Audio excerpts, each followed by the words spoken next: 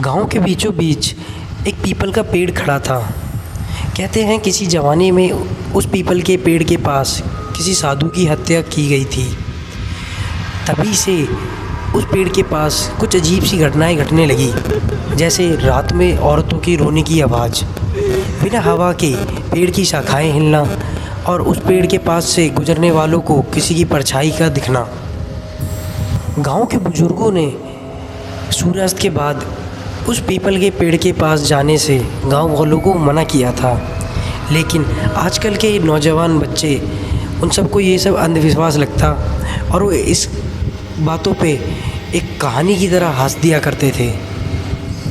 ऐसे ही गांव का एक नौजवान लड़का जिसकी उम्र महज 20 साल थी, जिसका नाम अजय था, वो थोड़ा मजाकिया और थोड़ा सा ज़िद्दी किस्म का था।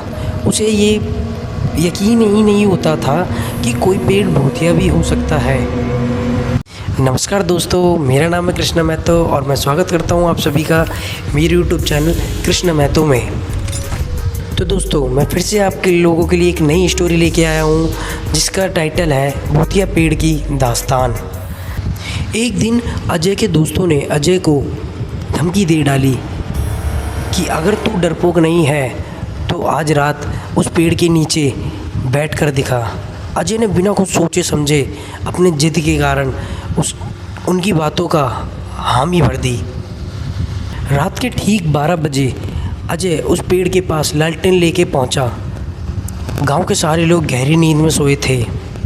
हवा में अजीब सी ठंडक थी। वो जैसे ही उस पेड़ के पास पहुंचा, वैसे ही सब कुछ सन्नाटे में बदल गया। कुत्तों का भौंकना, झिंगुरों की आवाज़। उसने सोचा ये शायद उसका वहम है। उतने में उसे लगा कि पेड़ की सबसे ऊंची डाल से कोई धीरे धीरे उतर रहा है। आंखें तरेर कर उसने देखा एक काली परछाई जो धीरे धीरे पेड़ की शाखा से नीचे उतर रही है, जिसके लंबे बाल, चेहरा दिख नहीं रहा था और उसके झूलते हुए पैर। अजय का गला सूख गया। उसने खुद को समझाया कि ये उसकी एक कल्पना है, बट अचानक से उसकी लालटेन बुझ गई और धूप अंधेरे में उसको ये एहसास हो रहा था कोई भारी कदमों से धीरे धीरे पेड़ से नीचे उतर रहा है। अजय ने इस दौरान वहाँ से भागने की कोशिश की। उसके पैर मानो यूं चिपक गए धरती से, जैसे उसके पैर धरती में गड़ गए हैं। उतने में अजय के कान में एक औरत की फुसफुसाने की आवाज़ गूंजी, यह मेरा पेड़ है, यहाँ से कोई वापस नहीं जा सकता। उसका दिल इतनी ज़ोर से धड़क रहा था मानो उसकी छाती फट जाएगी। तभी अचानक पेड़ के पास की मिट्टी हिली और अजय ने देखा एक कंकाल वाला हाथ जो हड्डी जैसा था, वो धीरे धीरे बाहर निकल रहा है। चीखते हुए उसने अपने पैर छुड़ाए और गांव की तरफ बहुत तेज़ी से भागा और उसके पीछे उस परछाई की गूंज रही थी आवाज़, एक लंबी, खौफनाक और डरावनी तरीके से। सुबह जब गांव वाले उस पेड़ के पास से गुजरे तो उन्हें वहाँ अजय की चप्पल पड़ी हुई मिली और वहाँ ऐसे निशान थे मानो किसी को घसीट के लाया गया हो, किसी को ज़बरदस्ती पेड़ से नीचे खींचा गया हो।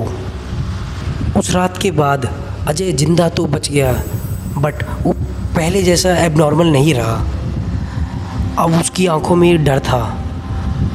वो अंधेरे में तो दूर, वो दिन के उजाले में भी उस पेड़ के पास से नहीं गुजरा करता था।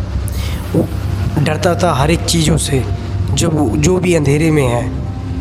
गांव वालों ने वाकई मान लिया कि वो पेड़ भूतिया है। तो आप लोगों को कैसी लगी ये स्टोरी? कमेंट बॉक्स में आप अपना फीडबैक दे सकते हैं और लाइक कर सकते हैं अपने भाई को मोटिवेट करने के लिए और सब्सक्राइब कर सकते हैं अपने भाई से जुड़ने के लिए। धन्यवाद।